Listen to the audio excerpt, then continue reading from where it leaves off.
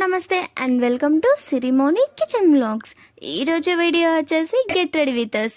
ఏంటి వీళ్ళు కొత్తగా గెట్ రెడీ విత్ చేస్తున్నారు అనుకుంటున్నారా? అవునండి, ఫస్ట్ టైం ట్రై చేసాం. ఈరోజు మా అత్తమ్మ వాళ్ళది యానివర్సరీ.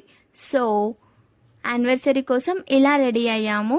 అది ఎలా రెడీ అయ్యామని చెప్పేసి మీకు కూడా చూద్దామని ఒకసారి గెట్ రెడీ విత్ అస్ చేసేస్తున్నాము.